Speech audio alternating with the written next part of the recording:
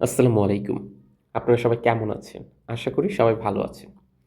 আপনারা সবাই জানেন যে আমরা আমাদের একটা লেকচার সিরিজ সাজাচ্ছি। এই লেকচার সিরিজে বিভিন্ন ধরনের চাকরি পরীক্ষায় বিভিন্ন সময়ে যে গুরুত্বপূর্ণ ম্যাথগুলো আসছে, সেগুলাকে তো আমরা সলভ করে দিবই। প্লাস যাদের একদম বেসিকের সমস্যা আছে, ওই বেসিকের সমস্যাটাও আমরা একদম মানে গোড়ার থেকে শুরু করে কাটায় দিব। যাতে করে আপনি অন্তত ম্যাথ দেখে আর ভয় না পান। এবং আমার এই চেষ্টার ভিতরে থাকবে প্রত্যেকটা চ্যাপ্টারের গুরুত্বপূর্ণ যে ম্যাথগুলো আছে সেগুলোকে আগে টপিক আকারে বুঝিয়ে দেওয়া, টপিক আকারে বুঝিয়ে দেওয়ার পর সেগুলো রিলেটেড যেই ম্যাথগুলো আসছে সেগুলো আপনাদেরকে সলভ করে দেওয়া, যাতে করে ওগুলো পরবর্তীতে সলভ করতে গেলে কোনো ধরনের সমস্যা না হয়। আপনারা আমার স্লাইডগুলো সাজানো দেখলেই বুঝতে পারবেন যে আমি আসলে কতটা বেসিক লেভেল থেকে শুরু করছি। এবং হয়তোবা সবার এই বেসিক লেভেলে প্রবলেম নাই, কিন্তু যাদের আছে তাদের কথা বিবেচনা করে একদম জেনারেল থেকে শুরু করা, যে একটু একটু করে আমরা আসলে আগাবো। আমরা একদম গোড়ার থেকে শুরু করে তারপরে যার যেখানে সমস্যা সে আশা করি ভিডিওগুলো দেখলে সেই জায়গাটা আপনাদের খুব সুন্দর মতো ক্লিয়ার হয়ে যাবে। তো আজকের এই পর্বে সাধারণত আমাদের প্রথম যে স্লাইডটা আছে এই স্লাইডে আমরা বোঝার চেষ্টা করব যে অঙ্ক অঙ্ক বলতে সাধারণত কী বোঝায়, এই জিনিসটা কি। অঙ্কের যে ইংলিশ টার্মটা আছে, অঙ্কের ইংলিশ টার্মের নাম কি আলটিমেটলি এটাকে বলা হয় ডিজিট।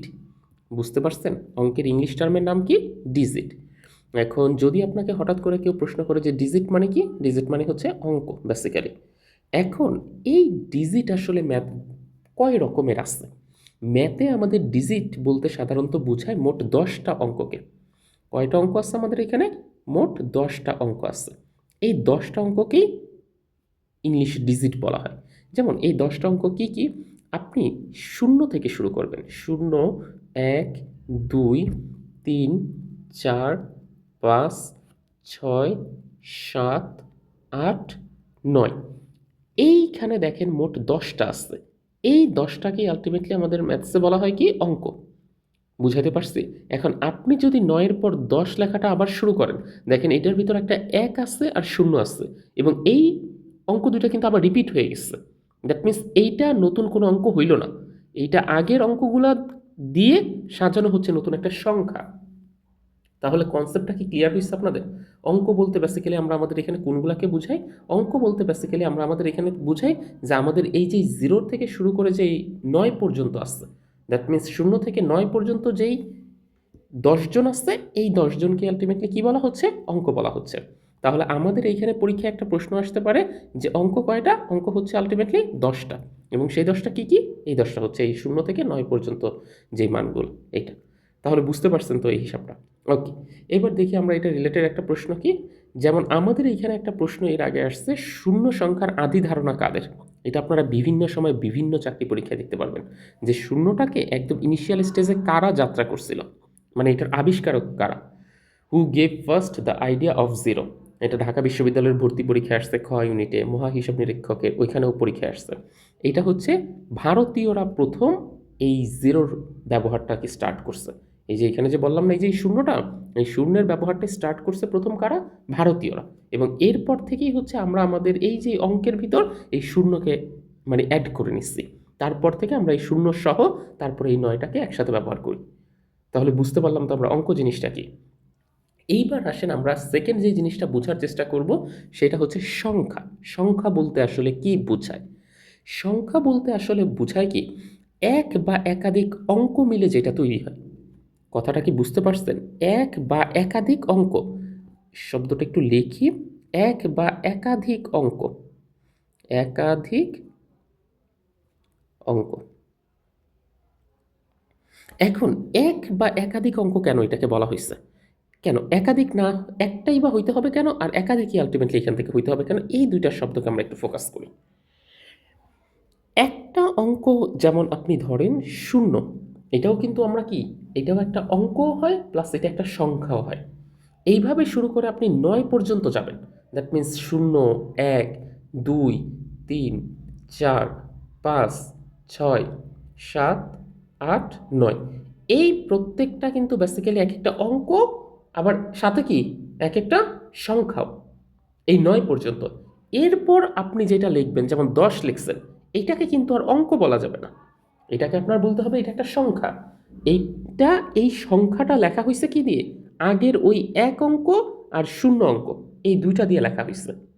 তাহলে এক অঙ্ক আর শূন্য অঙ্ক এই দুটার সমষ্টিকে আলটিমেটলি আমরা এখান থেকে কি বলতেছি? এখান থেকে আমরা বলতেছি এটা 10, এবং 10 কিন্তু কোনো অঙ্ক না, কারণ এটা অলরেডি দুটো অঙ্ক রিপিট হয়ে যেটা তৈরি হয় সেটাকে আলটিমেটলি বলা হয় সংখ্যা। এই জন্য আমরা প্রথমে যেটা বললাম, এই যে আপনি প্রথম এই বক্সের কথা চিন্তা করেন 0 থেকে 9 পর্যন্ত, এগুলাকে কিন্তু আমরা বলছি এগুলোর সাথে কি ক্লিয়ার করে? অঙ্ক, আবার একসাথে এগুলো কি প্রত্যেকটা এক একটা সংখ্যাও। তাহলে এইখানে সংখ্যাগুলো গঠিত হয়েছে কয়টা অঙ্ক দিয়ে? একটা অঙ্ক দিয়ে। এই জন্য আমরা বেসিক্যালি বলছি একটা অঙ্ক দিয়েও হইতে পারে। আবার 10 থেকে শুরু করে আপনি হচ্ছে এভাবে যান 10, 11, এভাবে ধরেন যে 99 পর্যন্ত লিখলেন, সবগুলো হচ্ছে 2 অঙ্ক বিশিষ্ট সংখ্যা। তারপরে আপনি ধরেন যে 100 লিখলেন, এটা হচ্ছে 3 অঙ্ক বিশিষ্ট সংখ্যা। এভাবে আপনি 999 পর্যন্ত লিখলেন, 3 অঙ্ক বিশিষ্ট। এরপরে 1000-এ গেলেন, তাহলে এইখানে অঙ্ক কয়টা আছে? একটা, দুইটা, তিনটা, চারটা। তার মানে এইটা হচ্ছে 4 অঙ্ক বিশিষ্ট সংখ্যা। কথাটা হয়তো বা বুঝাইতে পারছি আপনাদেরকে যে 3 অঙ্ক বিশিষ্ট সংখ্যা বলতে কি বোঝায়, বা 4 অঙ্ক বিশিষ্ট সংখ্যা বলতে আসলে এখানে কি মিন করতেছে। তাহলে অঙ্কটা হচ্ছে একদম বেসিক পার্টের ভিতর ছোট্ট ফর্মটা, আর এরকম অনেকগুলো অঙ্ক মিললে যেটা তৈরি হয় সেটাকে কি বলা হচ্ছে? সংখ্যা বলা হচ্ছে। সংখ্যার যে ইংরেজি শব্দ এটাকে আলটিমেটলি বলা হচ্ছে নাম্বার। এটাকে আলটিমেটলি কি বলা হয়? নাম্বার। অঙ্কের যেমন ইংলিশ টার্মকে বলা হয় ডিজিট, আর সংখ্যার ইংলিশ টার্মকে বলা হয় নাম্বার। এটুক তো তাহলে হয়তো বা বুঝতে পারছেন সবাই। এখন সংখ্যা লিখতে গেলে আপনাদেরকে একটা কথা মাথায় রাখতে হবে যে এইখানে কতগুলো স্থানীয় মানের কনসেপ্ট আসে সংখ্যা লিখতে গেলে। যেমন আপনারা হয়তো বা এই জিনিসটা জানেন, এটা নিয়ে আমি অত বেশি কথা বলবো না। এরকম হচ্ছে একটা সংখ্যা লিখি আমরা, এর ভিতর একদম সবচেয়ে ডানের যে সিকোয়েন্সটা আছে এই দিক থেকে কি শুরু হয়? একক। এদিক থেকে কি শুরু হয়? দশক। তারপরে শতক, হাজার, অযুত, লক্ষ, নিযুত, কোটি। এই যেই মানগুলা এদের প্রত্যেকটাকে বলা হচ্ছে স্থানীয় মান। এরকম অনেকগুলো অঙ্ক যখন আপনি পাশাপাশি লিখেন তখন এদের যে অবস্থানের যে মানটা, অবস্থানের জন্য যে সংখ্যাটা প্রকাশ করে এটাকে বলা হয় স্থানীয় মান। ক্লিয়ারলি বুঝাতে পারছি তো? এই ব্যাপারটা হয়তো আপনারা সবাই জানেন যে একক, দশক, শতক, হাজার, এইটা আর বুঝানোর আলাদাভাবে কিছু নাই। এটার আলাদাভাবে আমাদের বোঝানোর কিছু নাই। আমরা জাস্ট বেসিক্যালি ওইখান থেকে শিখলাম যে অঙ্ক আর সংখ্যা বলতে কি বোঝায়। অঙ্ক বলতে হচ্ছে বেসিক টার্মের একদম ক্ষুদ্রটা, আর সংখ্যা। এখন অঙ্কের না হলে আমি ধরেন যে এখানে বললাম যে অঙ্ক আছে মোট 10টা, কিন্তু সংখ্যা আলটিমেটলি কয়টা আছে? সংখ্যা আছে হচ্ছে ইনফিনিটি লেভেল পর্যন্ত। সংখ্যা কয়টা আছে? সংখ্যা আছে হচ্ছে ইনফিনিটি লেভেল পর্যন্ত। এটার আপনার কোনো শুরু বা শেষ নেই। শুরুটা বলতে পারেন যে 0 থেকে আসছে, কিন্তু লাস্ট আলটিমেটলি শেষটা কোথায় যাবে এটা আর আপনি বলতে পারতেছে। এই জন্য হচ্ছে সংখ্যার কিন্তু কোনো নির্দিষ্ট কি নাই, নাম্বার নেই। মানে হচ্ছে এটা কয়টা হবে এটা আপনি কিন্তু এইভাবে বলতে পারতেছেন না। তাহলে এইটুকু তো বুঝতে পারছেন। ওকে, এবার দেখি আমরা এটা রিলেটেড একটা কোশ্চেন। এইটা হচ্ছে আমাদের বাংলাদেশ ব্যাংক এডিতে আসছে 92-93 এই সালে। এই কথাটা বলতে আলটিমেটলি কি মিন করছে? The difference between 209,014 and 93,709। এইটাকে আপনাকে বলছে কি, এই যে দেখেন এইখান থেকে একটা মান দেওয়া আছে 209,014 এবং 93,709, এই দুইটার পার্থক্য করতে বলছে, ডিফারেন্স। যে এই যে আপনাকে দুইটা আমি সংখ্যা দিয়ে দিলাম, আপনি আমাকে এই দুইটার সংখ্যার পার্থক্য বল।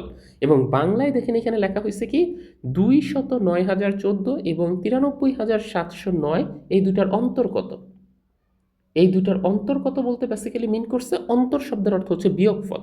দ্যাট মিনস দুইটার ডিফারেন্সকে মিন করা হয়েছে এখানে। তাহলে 209,014 এটা কিভাবে লেখা যায়? এটা হচ্ছে আমাদের প্রথম টার্গেট। 209,014 বলছে না, দেখেন আপনাকে কিন্তু বানাইতে হবে কত? ওহো, এটা আপনাকে কিন্তু বানাইতে হবে এখানে 209,014, প্রথমটা লিখতে হবে। তারপরে হচ্ছে 93,000 কত? এটা 709। এই দুইটার পার্থক্য, পার্থক্য আপনারা করতে পারবেন বিয়োগ। কিন্তু প্রথম সিকোয়েন্সে আমরা 209,014 লিখতে গেলে প্রথমে আপনি লিখবেন হচ্ছে 209, তারপরে হচ্ছে কত? ওইখান থেকে 014। এইটা কিভাবে 209,014 হইল? এটা কিভাবে আলটিমেটলি 209,014 হইল?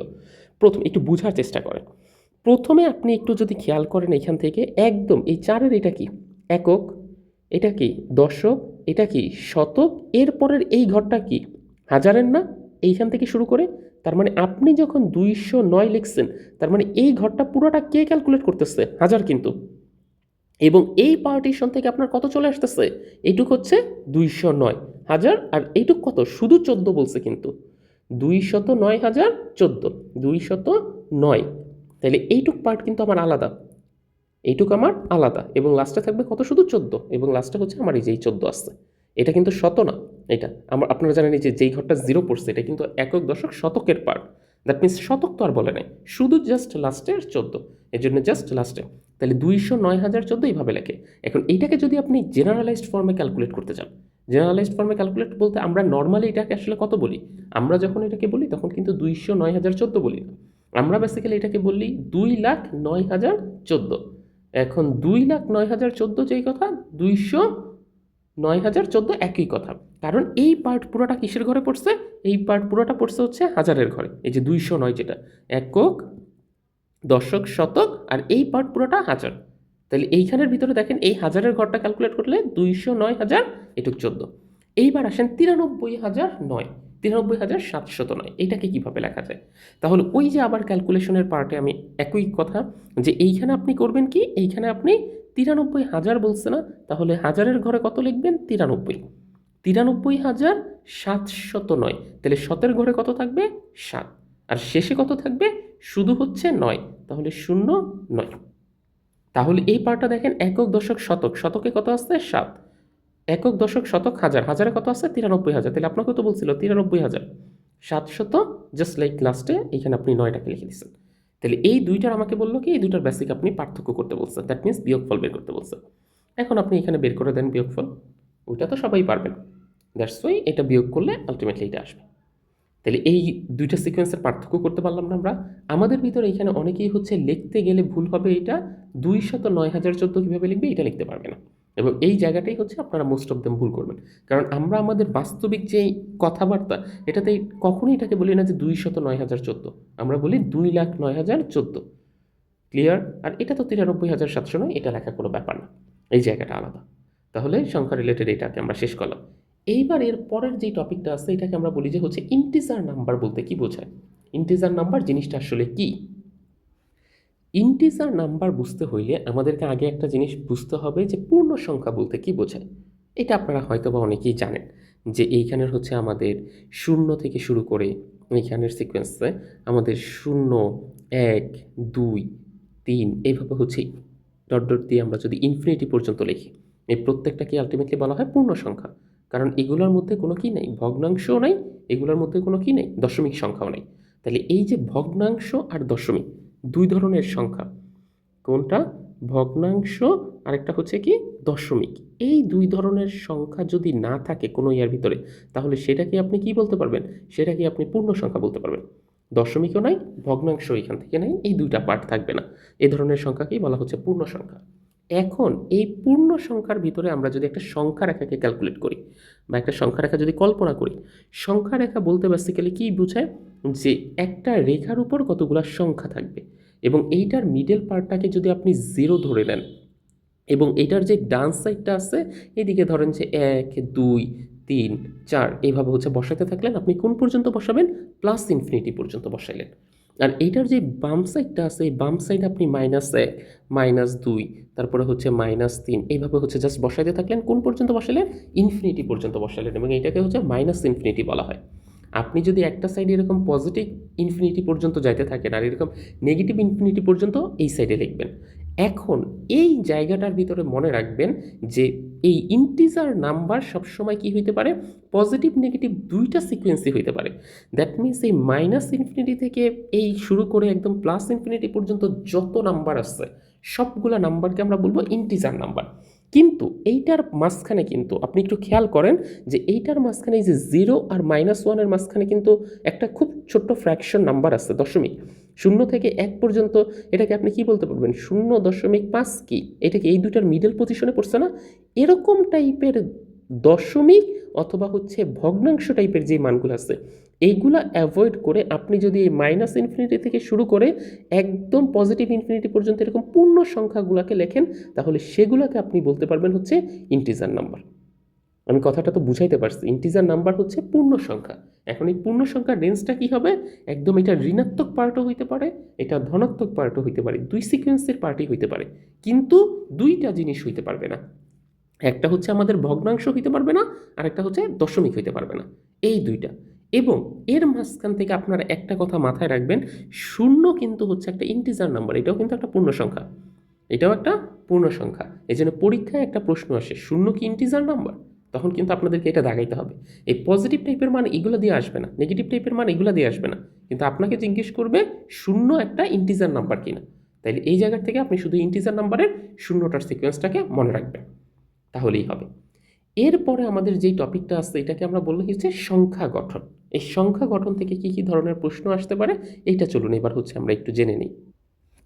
সংখ্যা গঠন সংক্রান্ত আপনারা হচ্ছে এটা ছোটবেলা অনেক করছেন এই ধরনের ম্যাথ, যে আপনাদেরকে মোট দুইটা টাইপের এখান থেকে ম্যাথ আসতে পারে সংখ্যা গঠন রিলেটেড। সাধারণত আমাদের পরীক্ষায় কয়টা টাইপের, এখান থেকে হচ্ছে দুইটা টাইপের ম্যাথ আসবে। এখন সংখ্যা গঠনের প্রথম যে টাইপটা আছে এটাকে যদি আমরা চিন্তা করি টাইপ নাম্বার 01, এইখানে আপনাকে বলবে কি যে জাস্ট 4 অঙ্কের একটা, ধরেন যে একটা উদাহরণ আমরা এখান থেকে টানতেছি, আমরা দেখব প্রশ্নগুলো। জাস্ট আগে একটু বুঝাচ্ছি যে 4 অঙ্কের একটা, ধরেন যে আপনাকে কি বললো বৃহত্তম সংখ্যা লিখতে। কোনো সময় যদি এরকমভাবে বৃহত্তম সংখ্যা লিখতে বলে, 4 অঙ্কের বৃহত্তম সংখ্যা, 4 অঙ্কের বৃহত্তম সংখ্যা, এটা যদি আপনাদেরকে লিখতে বলে, তাহলে আপনারা এখান থেকে লিখবেন কি, অঙ্ক কয়টা থাকবে আমাকে বলছে, অঙ্ক থাকবে হচ্ছে আমার এখানে 4টা, আবার বৃহত্তম একটা সংখ্যা হইতে হয়। তাইলে অঙ্কের সিকোয়েন্সে আমি আপনাদেরকে বলছিলাম না 0 থেকে শুরু করে 9 পর্যন্ত, তাহলে আপনারা একটু চিন্তা করেন তো এদের ভিতর সবচেয়ে বড় নাম্বার কোনটা বা বড় অঙ্কটা কোনটা, সেটা 9। তাহলে আমরা এখান থেকে করব কি, 9 কয়বার লিখে দিব, 9 হচ্ছে আমাদের এখান থেকে 4বার লিখে দিব। তাহলে এইটাই হচ্ছে 4 অঙ্কের সবচেয়ে বড় যেই সংখ্যাটা আছে সেটা। এবং এরপরের যদি যেটা লিখতে চান ওটা কিন্তু আর 4 অঙ্ক থাকলো না, এরপরের সংখ্যা কত হবে আপনার সিকোয়েন্সে চিন্তা করেন তো, 1 লেখা 1 2 3 4, তাহলে এটা কি 4 অঙ্কের বৃহত্তম সংখ্যা হইল না, এটা কিন্তু 5 অঙ্কের ভিতর হয়ে গেছে। এই জন্য এইটা হবে না, 4 অঙ্কের বৃহত্তম সংখ্যা হচ্ছে 4টা নয়। তাহলে আপনাদেরকে যদি কখনো বলে যে 3 অঙ্কের বৃহত্তম সংখ্যা কত, 3 অঙ্কের বৃহত্তম সংখ্যা হবে তাহলে কয়টা, 3টা, আলটিমেটলি 9 লিখে দিবেন, কারণ 3 ঘরের ভিতর সবচেয়ে বড় সংখ্যা হতে পারে এটা। যদি আপনাকে জিজ্ঞেস করে 2 অঙ্কের বৃহত্তম সংখ্যা কয়টা, তাহলে 2টা 9 লিখে দিবেন। আর যদি জিজ্ঞেস করে 1 অঙ্কের বৃহত্তম সংখ্যা কয়টা, তাহলে শুধু একটা 9, কারণ 0 থেকে আপনি চিন্তা করেন 0 থেকে 9 পর্যন্ত সবচেয়ে বড় অঙ্ক হচ্ছে কত, শুধু 9। এই জন্য বৃহত্তম সংখ্যা লিখতে বললে পার্টিশনটা হচ্ছে আমাদের জাস্ট কত অঙ্কের লিখতে বলছে এই জায়গাটা একটু ফোকাস করবেন। 4 অঙ্কের লিখতে বললে 4টা 9, 5 অঙ্কের লিখতে বললে 5টা 9, এইটা। এরপরে হচ্ছে আপনাকে আরেকটা জিনিস লিখতে বলতে পারে, 4 অঙ্কের ক্ষুদ্রতম সংখ্যা। এটাকে কি করতে বলতে পারে, 4 অঙ্কের ক্ষুদ্রতম সংখ্যা আছে সেটা হচ্ছে আপনাকে এখান থেকে লিখতে বলতে পারে। এবং 4 অঙ্কের ক্ষুদ্রতম সংখ্যার যে পার্টটা আছে এইখান থেকে যদি আপনাকে লিখতে বলে তাহলে কিভাবে লিখবেন খেয়াল করেন এই জায়গাটা, ক্ষুদ্রতম সংখ্যা, 4 অঙ্কের ক্ষুদ্রতম সংখ্যা। এখন এই জায়গা হচ্ছে ক্ষুদ্রতম, কিন্তু পার্টটা অঙ্ক 4টা সেটা ঠিকই আছে, কিন্তু ক্ষুদ্রতম পার্ট বললে আপনার ওই যে অঙ্কগুলোর কথা মাথায় মনে রাখেন যে 0 1 2 3 4 5 6 7 8, আরেকটা হচ্ছে কত 9। তাহলে এর ভিতর সবচেয়ে বড় ছিল 9, দ্যাটস ওয়াই আমরা হচ্ছে 9 দিয়ে কি লিখছিলাম, এই যে যখন আমাদেরকে এখান থেকে বলছিল তখন আমরা হচ্ছে 4টা 9 লিখে দিছিলাম। আমরা কয়টা 9 লিখছিলাম এখান থেকে, 4টা 9 লিখে দিছি, মতো এটা বৃহত্তম সংখ্যা হয়ে গেছে। আর ক্ষুদ্রতম সংখ্যা লিখতে বলছে, তাহলে এই অঙ্কগুলোর মধ্যে সবচেয়ে ক্ষুদ্রতম কি, এবার দেখেন 0। এখন আমরা যদি এখানে ক্ষুদ্রতম সংখ্যায় 4টা 0 লিখে দিই, এখন এইটাকে আসলে কোনো সংখ্যা হয়েছে এরকমই, কারণ এইটার পুরাটার বদলে আপনি কি বলতে পারবেন, 4বার 0 লেখা যে কথা, একবার 0 লেখা ওই একই কথা। তাহলে এটা কিন্তু আসলে কোনো সংখ্যা হয় না, কিন্তু আমাদেরকে তো 4 অঙ্কের ক্ষুদ্রতম সংখ্যা লিখতে হবে। তখন এইখান থেকে করা হয় কি, 0কে রাখা হয়, কিন্তু 0 যদি 4টা হয়ে যায় তাইলে তো আর এখানের কোনো ভ্যালু থাকে না। এই জন্য আপনার প্রথম থেকে যেই পার্টটা আছে এখান থেকে একটা 0 সরাই এখানে একটা 1 বসিয়ে দেওয়া হয়। এইটি হচ্ছে, এখন তো একটা ভ্যালু আছে এবং এটা অঙ্কের সংখ্যা হয়েছে কয়টা, 4, এবং এখানে অঙ্ক আছে কয়টা, 4টা, সংখ্যা হয়েছে পুরো একটা। তাহলে এই পার্ট থেকে যদি আপনি এখন একটু খেয়াল করেন তাহলে এটা কিন্তু একটা 4 অঙ্কের আবার ক্ষুদ্রতম সংখ্যা, এর চেয়ে কিন্তু ছোট সংখ্যার আপনি ব্যবহার করতে পারবেন। এর চেয়ে যদি একটু আগের সংখ্যাটার কথা চিন্তা করেন, 9 9 9, ওটা কি 4 অঙ্ক থাকলো নাকি ওটা 3 অঙ্ক হয়ে গেল, ওটা কিন্তু 3 অঙ্ক হয়ে গেছে। দ্যাটস ওয়াই ওইটাকে আর আপনি লিখতে পারতেছেন না। এই পার্টটা একটু মনে রাখেন। তাইলে যদি আপনাদেরকে এরকম বলে 5 অঙ্কের ক্ষুদ্রতম সংখ্যা কত, আগে হচ্ছে কি করবেন, একটা 1 লিখবেন, তারপরে হচ্ছে 4টা শূন্য দিয়ে দিবেন। তাহলে মোট অঙ্ক কয়টা হয়েছে, মোট অঙ্ক 5টা, আর সংখ্যা কয়টা হয়েছে, একটা। তাহলে ক্ষুদ্রতম সংখ্যা আর বৃহত্তম সংখ্যা লিখতে পারবেন তো, যেরকমভাবে বললে। এখন এই পার্টটা হচ্ছে আমাদের গেছে। একটা টাইপে দেখবেন আপনাকে এরকম 4 অঙ্কের বৃহত্তম সংখ্যা বা 5 অঙ্কের বৃহত্তম সংখ্যার থেকে বলবে 5 অঙ্কের ক্ষুদ্রতম সংখ্যা বিয়োগ করে দেখাও। তখন আপনাকে এই প্রসিডিউর অনুসারে এটাকে লিখতে হবে। এটা টাইপ নাম্বার 1। আর আরেকটা যেই টাইপ আসে সেটা হচ্ছে টাইপ নাম্বার 2 এর ভিতর যদি আমরা এটা দেখতে চাই, তখন এই পার্টটার ভিতরে আপনি খেয়াল করবেন কি, যে এইখানে আপনাকে আর নিজের ইচ্ছা মতো দেয় না, 4 অঙ্ক এইভাবে আপনাকে বইলা করে নেয়, আপনাকে না অঙ্কগুলো সিলেক্ট করে দেওয়া হয়েছে। সিলেক্ট করে দেওয়া হয়েছে বলতে কীরকম, ধরেন যে আপনাকে এরকম দিচ্ছে 5, 7, 3, 2, তারপরে হচ্ছে 8। এখন আপনাকে বললো এই যে আমি তোমাকে অঙ্কগুলা লিখে দিচ্ছি, এই অঙ্কগুলা দিয়ে একটা বৃহত্তম সংখ্যা বানাও, আর একটা কি বানাও, ক্ষুদ্রতম সংখ্যা বানাও। এটা তাহলে বৃহত্তম সংখ্যার পার্টটা তো আমরা আসলে ইজিলি লিখিয়ে দিতে পারবো। যে আমরা যদি বড়গুলাকে লিখি, বড়র থেকে ছোট, প্রথমে 8 লিখলাম, তারপরে 7 লিখলাম, তারপরে 5 লিখলাম, তারপরে 3 লিখলাম, তারপরে 2 লিখলাম। দ্যাট মিন্স এটি হচ্ছে 5 অঙ্কের সবচেয়ে বৃহত্তম সংখ্যা। এইগুলা দিয়ে, এই অঙ্কগুলা দিয়ে মাথায় রাখবেন, এখানে কিন্তু অঙ্ক ফিক্সড করে দেয়া, আর আগেরটার বেলা অঙ্ক কিন্তু ফিক্সড করে দেয়া ছিল না। ক্লিয়ার? তাইলে এইগুলো অঙ্ক ফিক্সড করে দিয়ে তারপরে এটা হচ্ছে এই অঙ্কগুলো দ্বারা গঠিত সবচেয়ে বৃহত্তম সংখ্যা। আর যদি এই অঙ্ক দ্বারা গঠিত সবচেয়ে ক্ষুদ্রতম সংখ্যা বের করতে বলে, তাহলে ক্ষুদ্রতম থেকে শুরু করবেন। 2 আগে লিখবেন, 3 লিখবেন, 5 লিখবেন, 7 লিখবেন, 8 লিখবেন। এটা হচ্ছে আমার কি, ক্ষুদ্রতম সংখ্যা লেখা হয়েছে। আর উপরেরটা কি লেখা হয়েছে, বৃহত্তম সংখ্যা লেখা হয়েছে। এখন মজার ব্যাপার হয়েছে কি, আমাদেরকে যখন অঙ্ক ফিক্সড করে দেয় তখন কিন্তু এইভাবে অঙ্ক ফিক্সড করে না। ফিক্সড করে হচ্ছে ওইটার ভিতর ধরেন যে একটা বা দুইটা শূন্য রেখে দেয়। একটা বা দুইটা শূন্য কীরকম, যেমন এই যে সেমটাকে যদি আমি একটু তুলতে চাই, 5, 7, 0, 2, 8 এরকমভাবে দিয়ে আপনাকে বলবে এইবার একটা বৃহত্তম সংখ্যা লিখে দেখাও, আর এইবার তুমি আমাকে একটা ক্ষুদ্রতম সংখ্যা লিখে দেখাও। তাহলে প্রসিডিউরটা খেয়াল করেন, বৃহত্তম লিখতে গেলে কোনো সমস্যা নেই, প্রথমে বড়টা বসাবেন, তারপরে একটু ছোট, তারপরে একটু ছোট, তারপরে এইটা, এটা বসাই দিচ্ছেন মতো, এটা বৃহত্তম সংখ্যা হয়ে গেছে। এখন ক্ষুদ্রতম সংখ্যা তার মানে কি, হয়েছে বললাম উল্টে লিখতে হয়, 0 আগে লেখেন, 2, 5, 7, 8। এখন আপনি একটু চিন্তা করেন এটা কি ক্ষুদ্রতম সংখ্যা হয়েছে, এবং এটা কি 5 অঙ্ক ক্লিয়ার করছে কিনা। আপনি জানেন যে আপনার এই কোনো ইয়ার বামে 0 দেওয়া আর না দেওয়া সেম, এই সেম হইলে তাইলে এইখান থেকে আলটিমেটলি দিন শেষে আপনার সংখ্যাটা কয় অঙ্ক বিশিষ্ট হয়ে যাচ্ছে। 0কে যদি আমরা সরাই দিই তাহলে কি 4 অঙ্ক বিশিষ্ট হয়ে যাচ্ছে না। তাহলে আপনাকে উপরে দিল হচ্ছে একটা জিনিসের 5 অঙ্কের সিকোয়েন্স, এবং বললো যে এইখানে সবগুলো ব্যবহার করে তুমি আমাকে লিখে দাও। আপনি দিন শেষ ওই যে 0টাকে যখন একদম সবচেয়ে বামে বসাইলেন, তখন তো এটা 4 অঙ্ক বিশিষ্ট হয়ে গেছে। তখন এটা কয় অঙ্ক বিশিষ্ট হয়ে গেল, 4 অঙ্ক। তাহলে আপনার তো আর 5টা অঙ্ক থাকলো না। তাহলে এই সমস্যাটা হচ্ছে অ্যারাইজ করে যদি কিনা আমরা হচ্ছে সর্ববামে 0 দিই। তখন ওরা করে কি, যে এইখানের এই যে 0টাকে সর্ববামে দিলে যেহেতু ভ্যানিশ হয়ে যায়, এই জন্য আগে 0-র পরের সংখ্যাটা লেখে তারপরে 0 দেয়। ক্লিয়ার? এখন তো আর 0কে আপনি ভ্যানিশ করতে পারবেন না, এখন কিন্তু এটাই পুরাটাই কাউন্টের মধ্যে আসবে। এইভাবে হচ্ছে আমাকে এইখান থেকে করানো হয়। কারণ আমি হচ্ছে 0টাকে যদি সর্ববামে দিতে চাই, তাহলে হচ্ছে আমার 0টা কি হয়ে যায়, ভ্যানিশ হয়ে যায়। তাহলে তো আর 5 অঙ্ক থাকতেছে না, একটা অঙ্ক হারিয়ে যাচ্ছে। এই জন্য যাতে করে একটা অঙ্ক না হারায়, এই জন্য আপনার করা হয় কি, যে ওইটাকে ওই পাশে না রেখে এক ঘর পরে দেওয়া হয়, তাহলে আর 0টা তো হারাচ্ছে না। এইভাবে হচ্ছে আপনাকে ব্যবহার করা হয়। ক্লিয়ার? বুঝাইতে পারলাম তো? তাহলে এই 2টা টাইপ একটু খেয়াল রাখবেন। একটা টাইপের ভিতর আপনাকে হচ্ছে কোনো অঙ্কে ফিক্সড করে দেওয়া হবে না, আপনাকে জাস্ট বলবে 4 অঙ্কের বৃহত্তম সংখ্যা থেকে 4 অঙ্কের ক্ষুদ্রতম সংখ্যাটা এরকমভাবে বিয়োগ করো। আর আরেকটার ভিতর এরকম অঙ্ক কী করবে, ওরা ফিক্সড করে দিবে। এবং অঙ্ক ফিক্সড করার ভিতর এই যে সেকেন্ড টাইপটা আছে, যেরকম একটা 0 দেওয়ার যেই টাইপটা, এইটা হচ্ছে সবচেয়ে বেশি ইম্পর্ট্যান্ট এবং সবচেয়ে গুরুত্বপূর্ণ। তো এই জায়গাটাকে একটু আলাদাভাবে খেয়াল রাখবেন। এইবার আসেন দেখি আমরা এটা রিলেটেড কতগুলো প্রশ্ন একটু সিলেক্ট করি। তাহলে এইখানে দেখেন তো টাইপটা কোনটা আসছে, আপনাকে কিন্তু এখানে সিলেক্ট করে দেওয়া আসছে যে 0, 1, 2, 3 এইগুলো দ্বারা গঠিত 4 অঙ্কের একটা বৃহত্তম সংখ্যা, আর হচ্ছে 4 অঙ্কের ক্ষুদ্রতম যে সংখ্যাটা আছে, এই দুইটার বিয়োগফল। ঠিক আছে, বিয়োগফলের কনসেপ্ট ওইটা পারবেন, ওইটা করে দিব না। কিন্তু আগে দেখি এটা দ্বারা গঠিত আমরা বৃহত্তম সংখ্যাটা লিখতে পারতেছি কিনা। তাহলে বৃহত্তম সংখ্যা লেখার সিকোয়েন্সটা আমি আপনাদেরকে কি যেন বলছিলাম, যে আপনারা জাস্ট বড় টু ছোট লিখে দিবেন এই সংখ্যাগুলো দ্বারা গঠিত। তাহলে সবচেয়ে বড় কে, 3, তাহলে আগে হচ্ছে কাকে লিখবো, 3, তারপরে কে, 2, তারপরে কে 1, আর তারপরে কে 0। তাহলে এটা হচ্ছে বৃহত্তম সংখ্যা।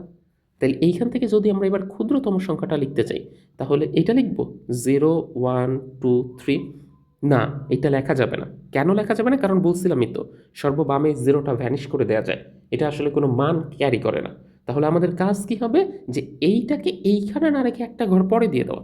দ্যাট মিনস ওই 0, 1-এর জায়গায় আমরা হচ্ছে 1, 0 লিখে দিব। তাহলে এই যে বৃহত্তম সংখ্যাও আছে, তাহলে হচ্ছে আমাদের ক্ষুদ্রতম সংখ্যা আছে। এবার বিয়োগ করে দেন।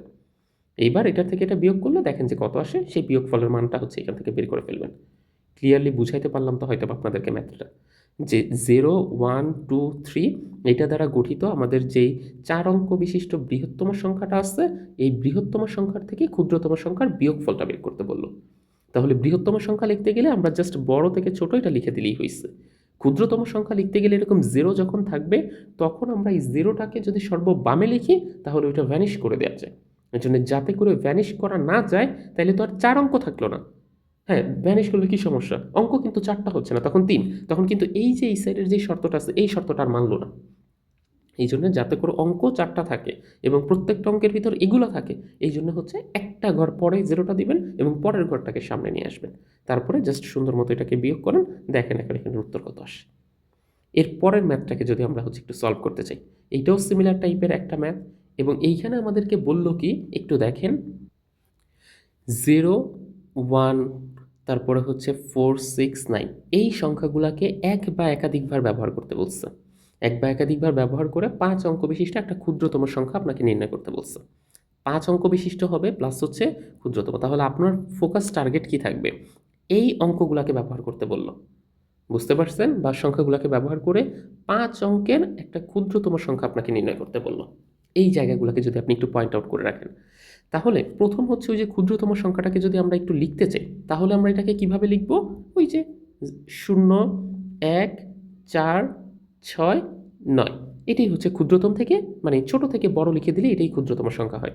কিন্তু ওই যে আপনি জানেন যে 0টাকে যদি আমি হচ্ছে কোথায় রাখি, 0টাকে যদি আমি বামে রাখি, তাহলে এইটা কি অর্থবহ হয় না, দ্যাট মিনস এটা হারিয়ে যায়।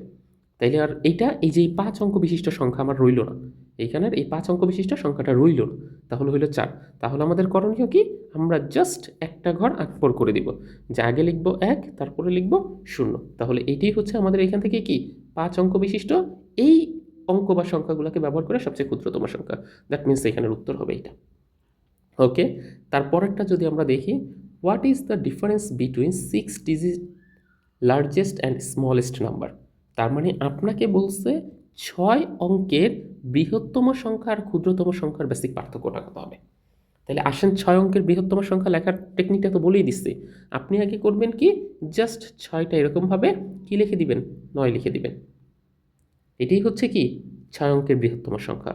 আর 6 অঙ্কের ক্ষুদ্রতম সংখ্যা কি, ওই যে বলছিলাম যে 6টা অঙ্কই হবে, কিন্তু সর্ববামের সিকোয়েন্সে কি থাকবে, ক্ষুদ্রতম 1 থাকবে, তারপরে জাস্ট এইখান থেকে হচ্ছে আপনি এরকম 0, 0 লিখে দিবেন।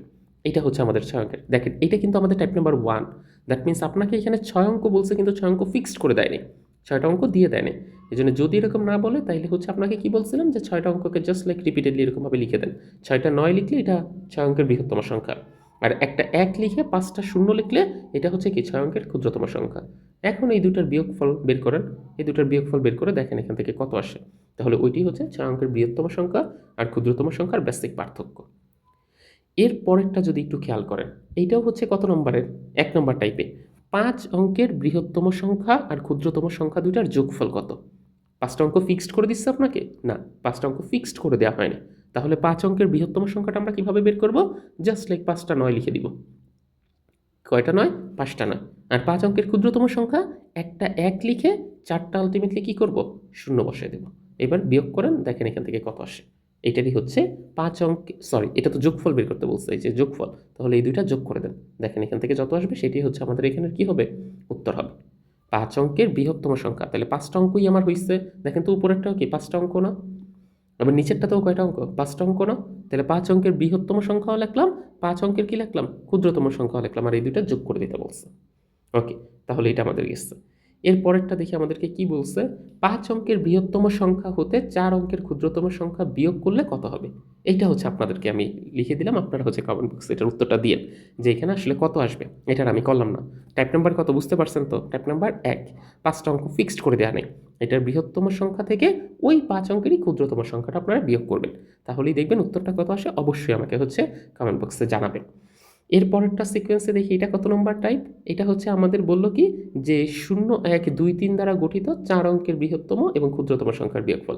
এটি একটু আগে করে দিচ্ছি, এটাও হচ্ছে আপনারা দেখেন পারেন কিনা করে তারপরে হচ্ছে আমাকে কমেন্ট বক্সে জানান যে এটার উত্তরটা কত আসবে। এর পরেরটা 0, 1, 2, 3 এটা দ্বারাও বিয়োগফল। এটা মেবি রিপিট হয়ে গেছে স্লাইডটা। তো এই দুইজনের বৃহত্তম না, এটা রিপিট হয় না, এটা আলাদা না, রিপিটই হয়েছে হয়তো বা। তো এটার ওই আগের স্লাইডটা করেই আপনারা দেখতে পারবেন। এর পরের প্রশ্নটাকে যদি আমরা একটু দেখতে চাই যে এটা কি বলছে, এটা কিন্তু জেলা নির্বাচন অফিসার 2004 এই প্রশ্নটা আসছে এবং এটা বেশ একটু ক্রিটিক্যাল। এটা আপনারা হচ্ছে সহজে হয়তো বা ধরতে পারবেন না। আমি একটা উপায় বলে দিচ্ছি, এটা বোঝা। উপায়টা কিরকম, এটাকে একটু যদি ফোকাস করেন যে আপনাকে দেখেন, এটা কিন্তু একটা ট্রিক্সের মতো। আপনি করতে পারেন কি, একটা যে কোনো সংখ্যা লেখে ধরেন যে সেটা কত হইতে পারে, 502 হইতে পারে। এই 502কে এইটাকে আপনি কি বলেন জানেন তো? এটাকে বলা হয় একক। এর পরেরটাকে কি বলা হয়, দশক। এর পরেরটাকে কি বলা হয়, শতক, তাই না? 5 হচ্ছে শতকের ঘরে আছে, 0 হচ্ছে দশকের ঘরে আছে, আর 2 হচ্ছে কতর ঘরে আছে, এককের ঘরে আছে। এই জিনিসটাকে না আরেকটা ভাবে লেখা যায়। আরেকটা ভাবে বলতে কিরকম ভাবে লেখা যায়, আপনি প্রথমে করবেন কি, 2 কতের ঘরে আছে, একের ঘরে আছে, 2 গুণ একটা 1 দেন, তাহলে কত আসে, 2। এটা লেখেন, খেয়াল করেন। 0 কতর ঘরে আছে, 0 দশকের ঘরে আছে, তাহলে শূন্যের সাথে একটা 10 গুণ করেন, যেহেতু এটা দশকের ঘরে আছে, তাহলে এখানে কত হবে, 0 হবে। 5 কতর ঘরে আছে, শতকের ঘরে আছে, 5-এর সাথে একটা 100 গুণ করেন, তাহলে এইটা আলটিমেটলি কত ঘরে আসছে, এটা কত আসতেছে, 500। দিন শেষে সবগুলা যোগ করেন তো কত আসতেছে, 500, এটা 0 আর এটা 2, দ্যাট মিন্স 502। এটা কত আসলো, 502। তার মানে আমরা আমাদের এই 502 জিনিসটা লেখা যেই কথা, আমরা যদি এইভাবে লিখতে চাই, আমি যদি আপনাদেরকে একটু বলি যে 5 গুণন 100 যোগ 0 গুণ 10 যোগ 2 গুণ 1, এইটা যেই কথা 502 একই কথা। তার মানে আমি কিন্তু এই 502 না লিখেও উপরের পুরাটাকে যদি লিখি তাহলে ওই সিমিলার মিনিংই ক্যারি করে। বুঝাইতে পারছি তো কথাটা? সিমিলার মানে কি করে, ক্যারি করে। শুধু আপনার কাজ হচ্ছে এককের ঘরের সাথে 1 গুণ করা, দশকের ঘরের সাথে 10 গুণ করা, আর শতকের ঘরের সাথে কত গুণ করা, 100 গুণ করা। এই তিনটা হচ্ছে আপনার এখান থেকে কাজ। বুঝাইতে পারছি তো? দুইটাই কিন্তু একই। এইবার তাহলে আসেন তো প্রশ্নটার দিকে। আপনাকে বলল কি, একটা সংখ্যার শতক, দশক এবং একক স্থানীয় অঙ্ক যথাক্রমে পি কিউ আর। তাহলে এটা আসলে কি মিন করে? তাহলে একক স্থানীয় অঙ্ক কত, ওই যে আসেন লিখি আমরা, পি হচ্ছে আমাদের এখানে শতক স্থানীয় অঙ্ক, তাহলে পি এর সাথে আমরা একটা কত গুণ করব, 100 গুণ করব, যোগ দশক স্থানীয় অঙ্ক হচ্ছে কত, কিউ, তাহলে কিউ এর সাথে একটা কত গুণ করব, 10। একক স্থানীয় অঙ্ক হচ্ছে কত, আর, দ্যাট মিন্স আর এর সাথে একটা 1 গুণ করব। তাহলে পি এর সাথে যদি আমরা 100 গুণ করি তাহলে কি আসে, 100 পি। কিউ এর সাথে যদি 10 গুণ হয় তাহলে কি আসে, 10 কিউ। আর এইটার সাথে শুধু আর হয়। তাহলে আমাদের বেসিক এই উপরের কথা যেইটা, নিচের কথাও কিন্তু একই। তাহলে এই পার্ট থেকে আমরা কি এটা বলতে পারি না যে পি এর সাথে আমাদের হচ্ছে একটা 100 গুণ হয়েছে, যোগ কিউ এর সাথে যেহেতু এটা দশক স্থানীয় এটার সাথে একটা 10 গুণ হয়েছে, যোগ আর যেহেতু হচ্ছে আমাদের একক স্থানীয় অঙ্ক, দ্যাট মিন্স এটার সাথে একটা 1 গুণ হয়েছে, তাহলে দিন শেষে এটা আর এটা একই কথা। তাহলে দেখি তো আমাদের এই পার্টের ভিতর কোনটা আছে, আমাদের এইখানের উত্তর হচ্ছে আলটিমেটলি খ নম্বরটা। উত্তর কোনটা, খ নম্বরটা, কারণ এই যে 100p প্লাস 10q প্লাস হচ্ছে আর, এটা হচ্ছে আমাদের সেই পার্টে 100p 10q আর একটা হচ্ছে কত আর, এই পার্টটার সিকোয়েন্স। ক্লিয়ার? বুঝতে পারছেন তো হিসাবটা? তাহলে এই ধরনের ম্যাথ, এইটা যেই কথা, মোট কথা হচ্ছে এইখানকার এই যে 502 যেই কথা, উপরের এই মানটাও সিমিলার একই টাইপের। এককের সাথে 1, দশকের সাথে 10, শতকের সাথে 100 হচ্ছে জাস্ট লাইক গুণ হবে, আর কিছুই না। এইটুক পার্ট হিসাব করতে পারলে আপনারা এই ধরনের যে কোনো ম্যাথ সলভ করতে পারবেন। এটা কিন্তু ক্রিটিক্যাল, একটু একটু খেয়াল করলে এটা আসলে কঠিন না। এইবার এর পরে যে টাইপটা, মানে আগের টাইপের ওই যে সংখ্যা রিলেটেড যতগুলো ছিল ওইখানের হচ্ছে সবগুলোকে আমরা সলভ করছি। এখন আশা করি যে এগুলোর মধ্যে আর আপনাদের কোনো ধরনের কি হওয়ার কথা না, সমস্যা হওয়ার কথা না। এইবার আসেন আমরা এর পরের যে টাইপটা আছে, ভাগ প্রক্রিয়া এইটা আগে একটু বুঝি, তারপর এইটা রিলেটেড যেই ম্যাথগুলো আছে সেই ম্যাথগুলোকে হচ্ছে আমরা আস্তে আস্তে সলভ করার চেষ্টা করব। এবং এটা কিন্তু খুবই ইম্পর্ট্যান্ট একটা, মানে অনেকেই হচ্ছে এটার যেই ইম্পর্টেন্সটা এটা আসলে বুঝতে পারে না এবং অনেক জায়গায় হঠাৎ করে যারা দেখা যায় যে জেনারেলি ম্যাথে অনেক বেশি ফ্লুয়েন্ট, ওদের ক্ষেত্রেও হঠাৎ করে দেখবেন যে এইখানে যে প্রশ্নগুলো দেখাবো এটা আসলে অনেকেই সলভ করতে পারতেছে না। তাহলে ভাগ প্রক্রিয়া রিলেটেড যে ম্যাথগুলো এগুলো একটু কেমন হয় এটা আপনারা অনেকেই জানেন। তারপরেও এইটার সিকোয়েন্সে আমি একটু আপনাদেরকে আগে একটা কথা এই প্রশ্নটা সলভ করে দিই, তাহলে এটার ভিতরে হচ্ছে উপরের এই টপিকটাই পুরোটা চলে আসবে। ভাগ প্রক্রিয়ার কনসেপ্টটার ভিতরে আপনাদেরকে দেখেন এই সূত্রটা দেয়া হয়েছে যে নিঃশেষে বিভাজ্য না হলে নিচের কোনটা হচ্ছে নির্ভুল। এখন আমরা করতাম কি ছোটবেলায় অনেকেই হচ্ছে মুখস্থ করতাম। মুখস্থ করতাম বলতে কি, যে ভাজ্য ইকুয়াল টু ভাজক গুণ ভাগফল যোগ ভাগশেষ, এরকমভাবে হচ্ছে আমরা মুখস্থ করতাম। এখন তখনই বিশেষ করে আমার ক্ষেত্রে এই সমস্যাটা হইতো কি, পরীক্ষার হলে গিয়ে কোনটা যে যোগ ছিল আর কোনটা যে গুণ ছিল এইটা আমি ধরে উঠতে পারতাম না। তখন আপনারা যদি একটা ভিন্ন উপায় ফলো করেন তাহলেই কিন্তু এটা আসলে খুব ইজিলি সলভ করতে পারেন। ভাগের সিকোয়েন্স আমি আগে দেখাই, একটা খুব ছোট্ট ভাগ করবেন যদি কখনো এইটা আপনাদের গড়মিল বাজে। তখন আপনারা ধরেন 2 দিয়ে কতকে ভাগ করলেন, 5কে ভাগ করলেন, এটা কত আসবে, 2 দুগুণা 4 আর নিচে থাকবে কত একটা 1। এখন এইখানকার কিন্তু প্রত্যেকটা আলাদা আলাদা পার্টিকেলের নাম আছে। যেমন 2কে আলটিমেটলি এখানে কি বলা হচ্ছে বলেন তো, 2 হচ্ছে আলটিমেটলি ভাজক। তারপরে এই 5কে কি বলা হচ্ছে, এটা হচ্ছে ভাজ্য। এই 2কে কি বলা হচ্ছে, ভাগফল। এটা তো জানেন আপনারা সবাই। আর নিচের 1কে কি বলা হচ্ছে, ভাগশেষ। নিচের 1 হচ্ছে ভাগশেষ। এখন এইখানের এই যেই পার্টগুলো আছে, তার মানে প্রথম এটা হচ্ছে আমাদের ভাজকের সিকোয়েন্সে, এইটা হচ্ছে আমাদের ভাজ্যর সিকোয়েন্সে, এইটা হচ্ছে আমাদের ভাগফলের সিকোয়েন্সে, আর এইখানে দিন শেষে যেটা থাকলো এটা হচ্ছে আমাদের ভাগশেষের সিকোয়েন্সে। এখন এই পার্টগুলোর ভিতরে আপনাকে যদি হঠাৎ করে জিজ্ঞেস করা হয় তাহলে কোনটা এইখানের সঠিক, মানে আমরা কি বলতে পারবো ভাজ্য সমান সমান কোনটা, দ্যাট মিনস আমাদেরকে একটু খেয়াল করেন আনতে হবে কত 5। আমরা যদি একটু চিন্তা করি, আমরা যদি এইখান থেকে এই 2কে এইটার সাথে আলটিমেটলি কত দেই, গুণ দেই আগে, তার মানে ভাজক আর ভাগফল যদি গুণ দেই, এইটার সাথে যদি নিচের এই ভাগশেষটাকে যোগ করি, তাইলে দেখেন তো 5 আসে কিনা। তাইলে দেখেন আপনাদের এখানে 5 আসে কিনা। 2 দুগুণে কত আসতেছে 4, আর নিচের 1 যোগ করলে 5। তার মানে প্রথমটা হচ্ছে ভাজকের সাথে আমি কি করলাম, ভাগফলটা গুণ করলাম না। এই যে ভাজকের সাথে আমার এখানে কি আছে, ভাগফলটা গুণ আছে, আর তারপরে পুরোটার সাথে কি আছে, ভাগশেষ যোগ আছে, তার মানে উত্তর হবে এইটা। উত্তর হবে এইটা। এখন 2 নাম্বারটা কেন উত্তর না এটা একটু বুঝিয়ে দিই। ভাজক আর ভাগশেষ যোগ করেন আগে। ভাজক আর ভাগশেষ কত করলেন, যোগ করলেন। দেখেন 2 আর 1-এ কত আসতেছে, 3। এইটার সাথে ভাগফলটাকে গুণ করেন, তাহলে 2 আর 1-এ 3, 3 দুগুণা কত আসতেছে 6। তাহলে এইখানে কি দিন শেষে এই যে মাঝখানের যে 5 আসার কথা ছিল, মানে ভাজ্যটা যে আসার কথা ছিল, এই ভাজ্যটা কি আর ফেরত আসলো, এই ভাজ্যটা কিন্তু আপনার এখানে আর মাঝখানে ফেরত আসলো না। এই জন্যে এরকমভাবে আপনি এটাও চেক দিয়ে দেখেন, এটাও হবে না, এটাও চেক দিয়ে দেখেন, এটাও আলটিমেটলি এখান থেকে হবে না। ক্লিয়ারলি বুঝাতে পারছি, এই জন্য সাধারণত হচ্ছে এখানের সেকেন্ড পার্টটাই হচ্ছে অপশন।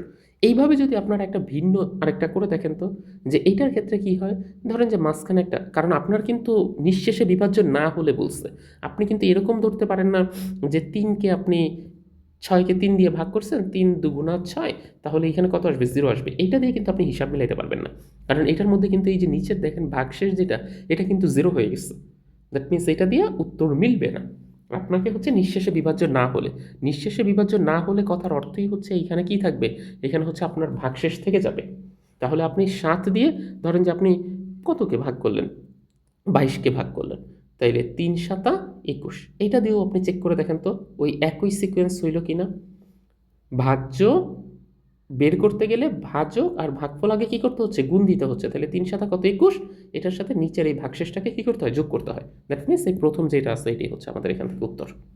ক্লিয়ার? ওকে। সেকেন্ড আমাদের যেই টাইপটা আছে এইটাকে আমরা হচ্ছে, এটা হচ্ছে ভাগশেষ সংক্রান্ত। 72 সংখ্যাটার মধ্যে মোট কয়টা ভাজক আছে এইটা হচ্ছে আমাদেরকে এখানে বের করতে হবে। এবং আপনারা পাশে তাকায় দেখেন যে এটা কতটা ইম্পর্টেন্ট, মানে এটা আসতেই আসছে প্রত্যেক বছরই বিভিন্ন ধরনের পরীক্ষা আপনি এটাকে পাবেন, যে এই 72 সংখ্যাটার মধ্যে আমার মোট কয়টা ভাজক আছে। এখন এই রিলেটেড প্রবলেমগুলো আমরা সাধারণত কিভাবে বের করতে পারি, যে 72 সংখ্যাটার মধ্যে কয়টা ভাজক আছে। আপনি প্রথমে এখানে করবেন কি 72 এই ধরনের যদি কখনো ভাজক বের করতে বলে, বুঝছেন কথাটা, যদি কখনো ভাজক বের করতে বলে তাহলে আপনার প্রথম করণীয় হচ্ছে 72 সংখ্যাটাকে আগে মৌলিক উৎপাদকে ভাঙিয়ে দেন। লসাগুর সিকোয়েন্স তো হয়তো বা মৌলিক উৎপাদকের সাহায্যে করছে, আর যদি না করে থাকেন তাহলে ওই লসাগুর পার্টের মধ্যেই শিখাবো যে 72 সংখ্যাটাকে আপনি যদি মৌলিক উৎপাদকের সিকোয়েন্সে ভাঙাইতে চান তাহলে প্রথমে আমরা এটা কত দিয়ে দিতে পারি, 2 দিয়ে দিতে পারি। 2 দিয়ে দিলে কত আসে, 36 দুগুণা 72। তারপরে আবার কত দিয়ে দিতে পারি, আবার হচ্ছে 2 দিয়ে দিতে পারি, 18 দুগুণা 36। আবার এটাকে কত দিয়ে দিতে পারি, 2 দিয়ে দিতে পারি, 9 দুগুণা 18। আবার কত দিয়ে দিতে পারি, এটা 3 দিয়ে দিতে পারি, 3 3 9। তার মানে যতক্ষণ না এটা আসলে যাচ্ছে একদম লাস্ট পার্টিশন পর্যন্ত আসতেছে ততক্ষণ পর্যন্ত আমরা দিতেই থাকবো। এখন দেখেন তাহলে আমরা 72 সংখ্যাকে ভাঙে মৌলিক উৎপাদক কি পাইলাম, 2 গুণ 2 গুণ 2, 3টা 2 পাইছি, যে একটা 2 2টা 2 3টা 2। আর 2টা কি পাইলাম, 3 পাইলাম, 3 গুণ 3। তার মানে এইটাকে যদি আমরা একটু সূচকীয় ফর্মে লিখতে চাই, 2 কয়টা আছে, সূচক আকারের উপরে 3 লিখলাম, যে 2 আছে 3টা, আর 3 কয়টা আছে, 3 আছে 2টা। 2 আছে কয়টা, 3টা, আর 3 আছে 2টা। আমাদের কিন্তু টার্গেট ভাজক বের করা। এখন ভাজক বের করার ইয়াটা হচ্ছে এই যে উপরে দেখেন যেই সূচকটা আছে, 2 এর উপর সূচক আছে 3 আর 3 এর উপর সূচক আছে 2, এই 2 এর উপরের 3 সংখ্যাটাকে আগে লেখেন, এইটার সাথে একটা 1 যোগ করেন, মানে সূচকের সাথে 1 যোগ করতে হয় দুইজনেরই, 2 যোগ 1। তাহলে এটা হচ্ছে 2 এর সূচকের সাথে 1 যোগ হয়েছে, এটা হচ্ছে 3 এর সূচকের সাথে 1 যোগ হয়েছে।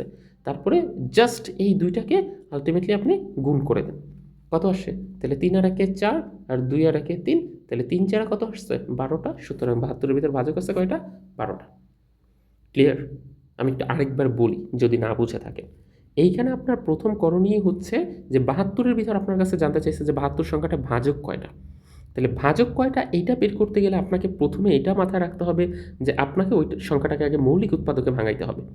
মৌলিক উৎপাদকে আপনি ভাঙাইছেন, এইভাবে ভাঙে কত পাইলেন, এভাবে ভাঙে হচ্ছে আপনি 2 2 2 3 3 এটা পাইলেন। তাহলে এটাকে আমরা যে এইভাবে লিখলাম 2 গুণ 2 গুণ 2 গুণ 3 গুণ 3।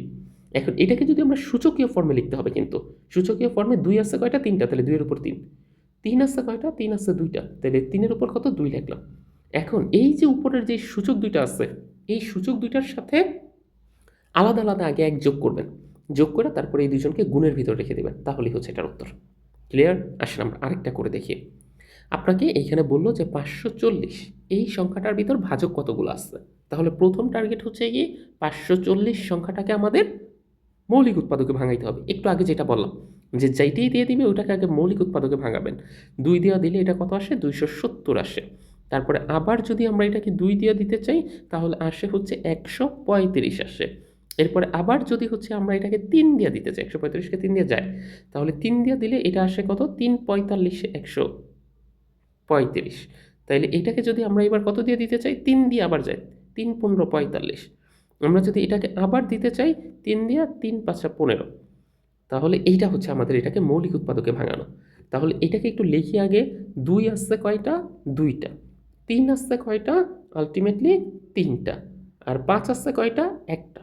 তাহলে এই পার্ট থেকে যদি আপনি একটু লিখতে চান সূচকীয় ফর্মে তাহলে কিভাবে লিখবেন, 2 এর উপরে কত লিখলেন, 2টা 2 আসছে, 3 আসছে কয়টা, 3 এর উপরে হচ্ছে 3টা, আর 5 আসছে কয়টা, 5 আসছে একটা। তাহলে ওই যে বলছিলাম আমাদের মেইন টার্গেট হচ্ছে এই যে পাওয়ার বা এই সূচকের সিকোয়েন্সটার দিকে টার্গেট করা। তাহলে আমরা প্রথমে হচ্ছে 2 যোগ 1 করলাম, এরপরে হচ্ছে 3 যোগ 1 করলাম, তারপরে 1 যোগ 1 করলাম, এইটা। আর এদের সবার মধ্যে সম্পর্ক কি রাখতে বলছে, গুণ ফর্মে রেখে দিবেন, শেষ। তাহলে 2 আর 1 3, 3 আর 1 4, আর 1 1 2। এবার হিসাব করে দেখেন এটা কত আসতেছে, 3 4 12, আর 12 2 24। দ্যাট মিনস এখানের উত্তর হবে 24। ক্লিয়ার? এটা কিন্তু ভাজকের এই অঙ্কটা খুবই ইম্পর্টেন্ট, বিভিন্ন জায়গায় বিভিন্নবার এই প্রশ্নটা আসছে। এরপরের ম্যাথটা 1008 সংখ্যাটার মধ্যে কয়টা ভাজক আসছে, সিমিলারলি এটা আপনাদের জন্য আমি রেখে দিচ্ছি, যেটা আপনারা আশা করি যে পারবেন। এরপরে দেখেন the difference between the number factors of 32 and 64। এই নাম্বার ফ্যাক্টর বলতেই সাধারণত বোঝায় হচ্ছে ভাজক। বুঝতে পারছেন ডিফারেন্স শব্দের অর্থ, একটু খেয়াল করবেন এটা কোথায় আসছে, আইবিএতে আসছে। দ্য ডিফারেন্স বিটুইন, ডিফারেন্স শব্দের অর্থ কি, পার্থক্য, আর দ্য নাম্বার ফ্যাক্টরস শব্দের অর্থই হচ্ছে আলটিমেটলি ভাজক, এই কথাটা। তাহলে আপনাকে জিজ্ঞেস করলো হচ্ছে যে আপনি 32-এর ভাজকটা বের করেন, আপনি 64 এর ভাজকটা বের করেন, 32-এর ভাজক আর হচ্ছে 64 এর ভাজক, এই দুইটার ভাজকের পার্থক্য করেন। বুঝতে পারছেন কথাটা? 32 আর 64 এর যে ভাজক দুইটা আসবে, ভাজক দুইটার পার্থক্য। তাহলে আমরা যদি এখান থেকে আসলে করতে চাই যে 32-এর ভাজকটা কত আসতেছে, আমরা যদি একটু এটাকে লিখতে চাই, এটা আমিই করে দিচ্ছি আপনাদেরকে, 32, তাহলে 2 দিয়া যদি আমরা দেই, এইখানের সিকোয়েন্সে কত আসতেছে তাহলে আমাদের 16 দুগুণা 32, 2 দিয়া দিলে তারপরে হচ্ছে 8 দুগুণা 16, 2 দিয়া দিলে 4 দুগুণা 8, 2 দিয়া দিলে 2 দুগুণা 4। তাহলে 32-এর সিকোয়েন্সটাকে যদি আমরা লিখি, 2 কয়টা লেখা যায়? একটা, দুইটা, তিনটা, চারটা, পাঁচটা, তাহলে 2 এর উপর একটা 5 দিচ্ছে। আর 64টা যদি লিখতে চান, তাহলে 64-এর সিকোয়েন্সে এটা হচ্ছে 32, আর 32-এর ভিতরে আবার দেন 2 দিয়া 16, 2 দিয়া 8, 2 দিয়া 4, আর 2 দিয়া 2। তাহলে এইখানে আসতেছে কয়টা? একটা, দুইটা, তিনটা, চারটা, পাঁচটা, ছয়টা। তাহলে এইখানে আসছে 2 টু দি পাওয়ার 6। তাহলে এইটার ভাজক কয়টা? 5টা। এটার ভাজক কয়টা? 6টা। তাহলে এই দুইজনের ভাজকের পার্থক্য কয়টা? একটা। 6 মাইনাস 5 ইকুয়াল টু 1। তো আপনারা আসলে বেসিকটা বুঝলে পরবর্তীতে এটা করতে সময় লাগে না। প্রথমে তো বুঝিয়ে দিচ্ছি, এই জন্য আপনাদের কাছে মনে হচ্ছে যে সময় লাগবে হয়তো বা অনেক। আসলে যখন আপনারা পারবেন যে ভাজক কীভাবে বের করে, জাস্ট এটাকে হচ্ছে মৌলিক উৎপাদকে ভাঙিয়ে দিলে এটার ভাজক বের হয়, তখন দেখবেন যে আর আপনাদের এখানে সমস্যা হচ্ছে না। এবং ম্যাথ কখনো শর্টকাট প্রসিডিউরে বুঝতে হয় না, ম্যাথ হচ্ছে বুঝতে হয় একদম বেসিক প্রসিডিউরে। তাহলে দেখবেন যে যে কোনো ধরনের ম্যাথ আসলে আপনারা ইজিলি করতে পারতেছেন। এই প্রশ্নটাকে যদি আমরা দেখি, ভাজক রিলেটেড, এটা কোথায় আসছে? পরিবার কল্যাণ পরিদর্শন, এটা 2010-এ আসছে। ভাজক ভাগফলের 10 গুণ, এবং ভাজক যদি 0.5 হয়, তাহলে হচ্ছে আপনাকে জিজ্ঞেস করছে ভাজ্য এখান থেকে কত হবে সেটা। তাহলে কথাটা আপনাকে কি বললো? ভাজক ভাগফলের 10 গুণ। তাইলে আমাদের এইখান থেকে ভাগফল যেটা হবে সেটার 10 গুণ কত? আলটিমেটলি ভাজক। তাহলে আমরা সিকোয়েন্স আলটিমেটলি লিখতে পারি না যে ভাজক জিনিসটা হবে ভাগফলের সাথে কত গুণ করলে আমরা পাবো? ভাগফলের সাথে 10 গুণ করলে, ভাগফল ইন্টু 10। তাহলে আপনি একটু খেয়াল করেন তো, আপনাকে এখানে ভাজক দেওয়া আসছে কত? ভাজক দেওয়া আসছে হচ্ছে 0.5। আর এই ভাগফলটা ধরেন যে আপনি বের করলেন, ভাগফল বের করলেন ইন্টু 10। তাহলে এই 10 এই ভাগফলের সাথে কি অবস্থায় আছে? গুণ অবস্থায় আছে। তাহলে এটাই পাশে যখন চলে আসবে, তাহলে কি হবে? 0.5 এটা 10 দিয়ে ভাগ হবে, ইকুয়াল টু এটা আপনার কি থাকতেছে? এটা হচ্ছে ভাগফল থাকতেছে। তাহলে বা ভাগফল ইকুয়াল টু তাহলে কত আসতেছে? ভাগফল ইকুয়াল টু আসতেছে হচ্ছে, আপনি যখন এই 0.5কে ভাগ করবেন, একটা ঘর শুধু জাস্ট এই দিকে এনে দিবেন, তাহলে এটা। তাহলে ভাগফল আমরা এখান থেকে পাইলাম কত? ভাগফল আমরা পাইলাম হচ্ছে এটা। আর ভাজক আমাদেরকে তো দেওয়াই ছিল হচ্ছে সেটা কত? ভাজক আমাদেরকে দেওয়া ছিল হচ্ছে 0.5। এখন আপনাদেরকে একটু আগে তো শিখাইলাম এটা নিঃশেষে বিভাজ্য হবে কি হবে না, এরকম যেহেতু কোনো কথা বলে দেওয়া নেই, তার মানে আপনি ধরে নেবেন এটা নিঃশেষে বিভাজ্য। তাহলে এই ক্ষেত্রে আপনি ভাজ্য সমান সমান কি লিখতে পারবেন? ওই যে বলছিলাম যে ভাজ্য মাঝেরটা বের করতে গেলে সামনেরটা আর এই পরেরটা গুণ দিতে হয়। দ্যাট মিনস আপনি হচ্ছে ভাজকের সাথে কি করবেন? ভাগফলকে গুণ দিয়ে দিবেন। এবার হচ্ছে আপনার এখানে কি আসছে? এই যে দুইটা মানই আছে, ভাজক হচ্ছে 0.5, ভাগফল হচ্ছে 0.05। তাহলে এই সিকোয়েন্স থেকে যদি আপনি করতে চান, তাহলে এইটা লেখার একটা টেকনিক আছে কিন্তু, 5 আপনি জাস্ট একটা কত লিখে দেন? 25 লিখে দেন। আর দেখেন তো এইখানে দশমিকটা কয় ঘর পরে আছে? 2 ঘর, আর এখানে হচ্ছে 3 ঘর। তাহলে আপনারও মোট দশমিক হবে 3 ঘর পরে। তাহলে আরেকটা সামনে শূন্য দিয়ে জাস্ট এটা, মানে দেখে এটা প্রসিডিউরটা বুঝছেন, এটা কিন্তু অনেক সময় আসে যে এইখানে 5 আমি কত লিখছি? আগে 25 লিখছি। এখন আমার তো এটা দশমিক হবে একটা সামনে, দশমিকটা কয় ঘর হবে? এইখানে দেখেন যে 2 ঘর পরে দশমিকটা আছে, আর এইখানে হচ্ছে 1 ঘর পরে। তাহলে মোট কত ঘর পরে দশমিকটা হবে?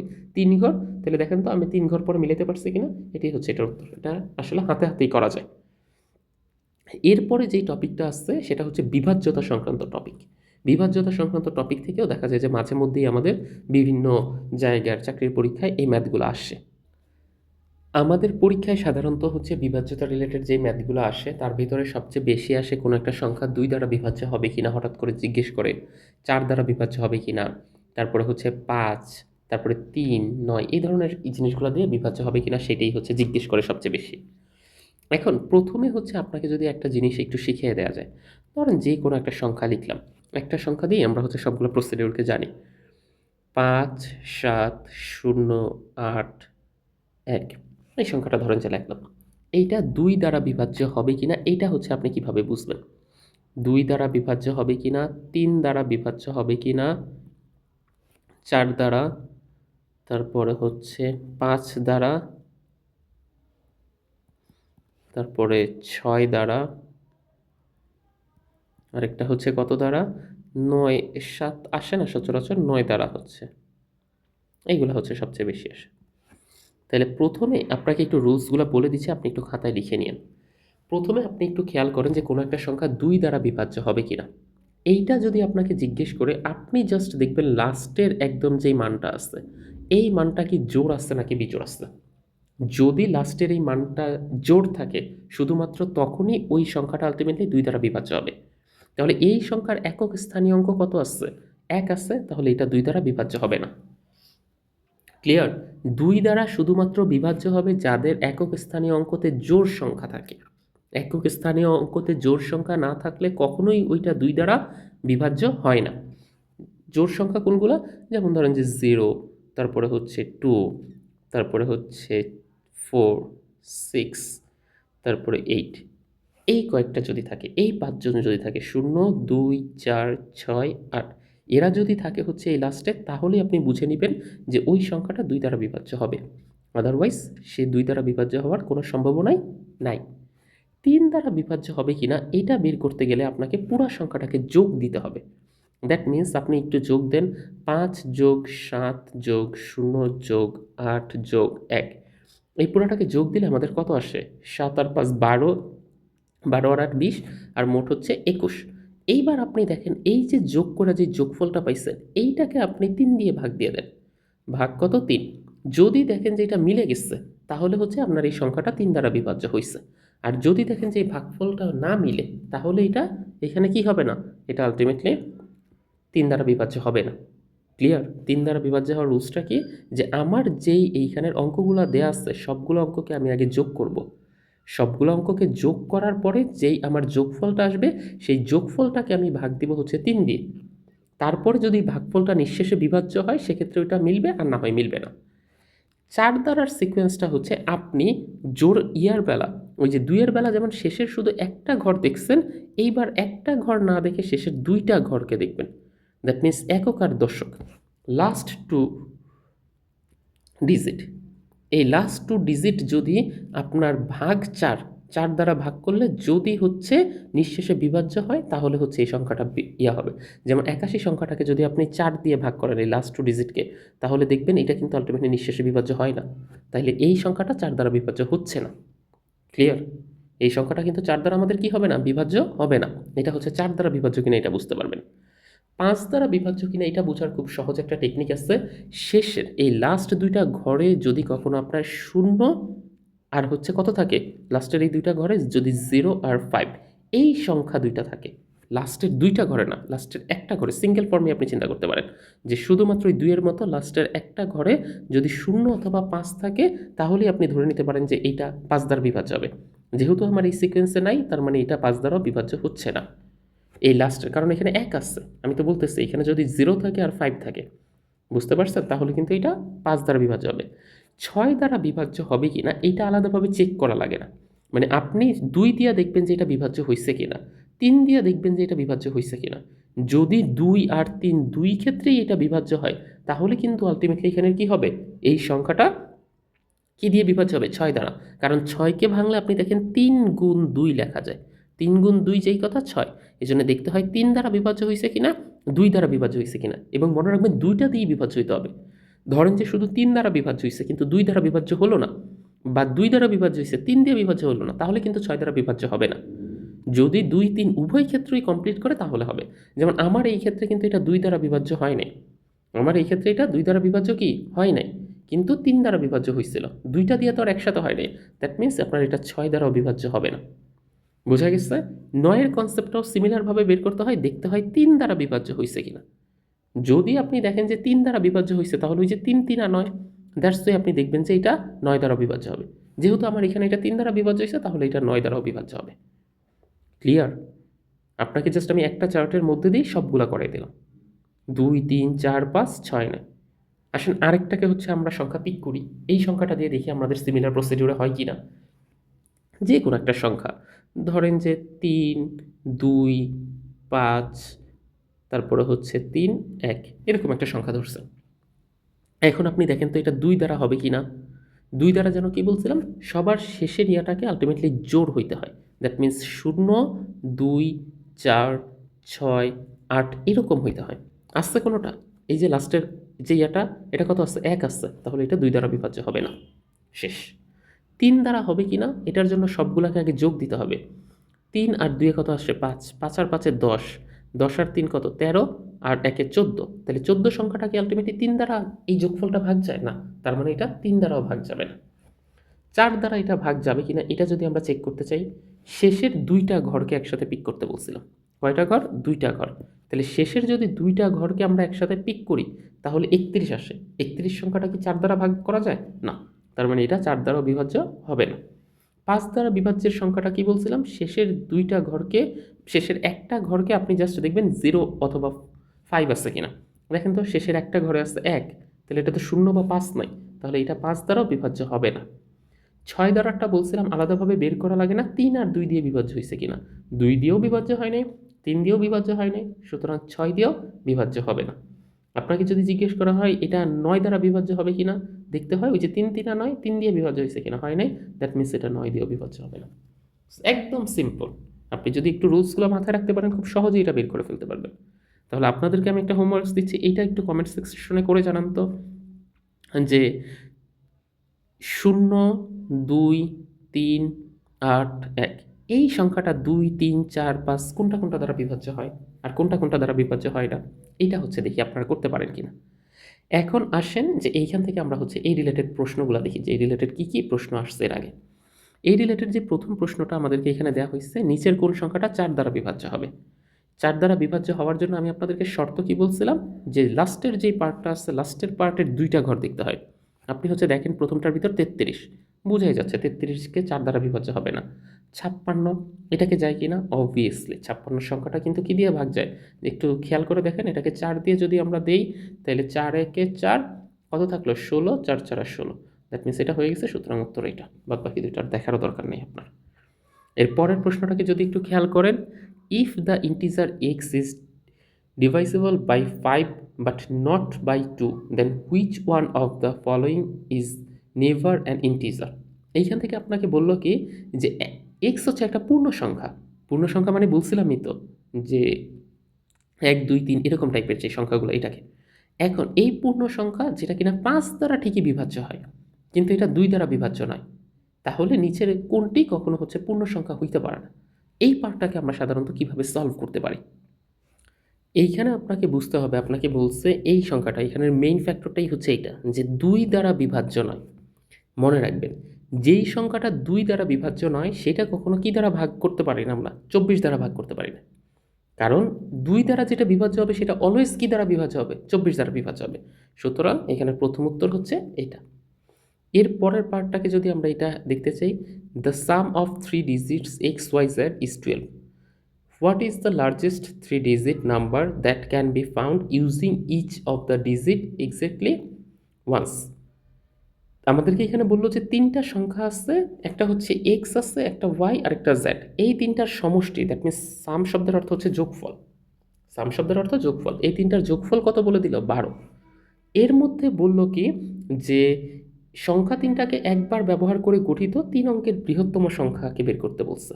দ্যাট মিনস এই এক্স ওয়াই জেডকে ব্যবহার করে সবচেয়ে বৃহত্তম সংখ্যা এবং ওইটা 3 অঙ্ক বিশিষ্ট হইতে হবে। তাহলে প্রথমে আমরা যদি অপশন টেস্ট করি, এটা অপশন টেস্টের মাধ্যমে সলভ করা যায়। 1092 কয় অঙ্ক বিশিষ্ট হচ্ছে? 4 অঙ্ক বিশিষ্ট।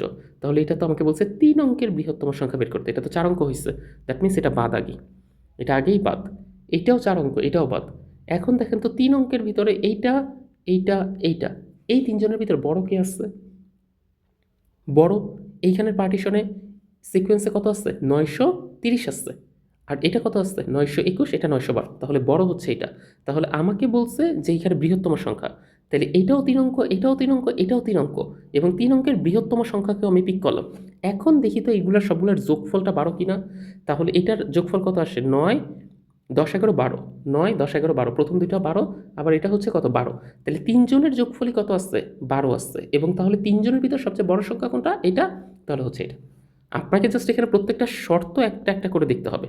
প্রথম যেই শর্ত দেখতে হবে সেটা হচ্ছে 3 অঙ্ক বিশিষ্ট হয়েছে কিনা। 3 অঙ্কের, হ্যাঁ এইখানে 4 অঙ্কের যেগুলো ছিল ওগুলো আগে বাদ দিচ্ছি। তারপরে দেখতে হবে সবগুলোর সমষ্টি আপনার 12 আছে কিনা, কারণ এখানে বলছে যেই 3 জন থাকবে তাদের যোগফল 12। আমি দেখলাম এটার যোগফলও 12, এটার যোগফলও 12, এটার যোগফলও 12। এইবার আপনাকে দেখতে হবে তাইলে হচ্ছে বৃহত্তম সংখ্যা কয়টা, যেহেতু সবগুলো, তাহলে এইটা বৃহত্তম না, প্রথমটা বৃহত্তম না, এটাও বৃহত্তম না, এই 3 অঙ্কের ভিতরে বৃহত্তম এটা, দ্যাট মিনস উত্তর হবে এটা। ক্লিয়ার? এটা অপশন টেস্টের মাধ্যমে আপনি সলভ করতে পারবেন। এর পরের যেই প্রশ্নটা আসছে, 9 দিয়ে বিভাজ্য 3 অঙ্ক বিশিষ্ট একটা সংখ্যার প্রথম অঙ্ক 3 এবং তৃতীয় অঙ্ক যদি 8 হলে মাঝখানের অঙ্কটা কত হবে সেটা আপনাকে জিজ্ঞেস করছে। আপনি এটাও অপশন টেস্টের মাধ্যমে সলভ করতে পারেন, যে প্রথম অঙ্কটা বলছে কত 3, আর পরের অঙ্কটা কত বলছে, তৃতীয় অঙ্ক বলছে 8, আর মাঝখানের অঙ্ক কত। আপনি একটু 6 বসায় দেখেন তো, প্রথম এটা বসাইলাম, এটা বসায় যদি আমি দেখি সবগুলো যোগ করি, তাহলে 6 আর 3 9, 9 আর 8 কত 17, 17 সংখ্যাটা কি আলটিমেটলি 9 দ্বারা বিভাজ্য হয় না, তার মানে অপশন এটা হবে না। প্রথমটা 3, তারপরেরটা 8, মাঝখানে এবার আমরা কি বসাবো, 7 বসাই, তাহলে এইখানে কত আসতেছে, 18 আসতেছে। এইটা হচ্ছে কি আমাদের 18 কি 9 দ্বারা বিভাজ্য, হ্যাঁ বিভাজ্য, এটা রাখলাম হাতে। পরেরটাকে যদি আমরা চেক করি, যে প্রথমটা 3, তারপরে মাঝখানেরটা 8, পরেরটা 8, 8 8 16, 17 18 19, 19 সংখ্যাটা কি 9 দ্বারা বিভাজ্য, না এটা হবে না। তাইলে এর পরেরটাকে যদি আমরা চেক করি, 3, তারপরে 9, তারপরে হচ্ছে কত 8, তাইলে এই সিকোয়েন্সে কত আসতেছে, 9 আর 3 12, 12 আর 8 কত 20, 20 সংখ্যাটা কি 9 দ্বারা বিভাজ্য, না এটা হবে না। তাহলে উত্তর হচ্ছে কোনটা, সেকেন্ডারি এটা। বুঝতে পারছেন?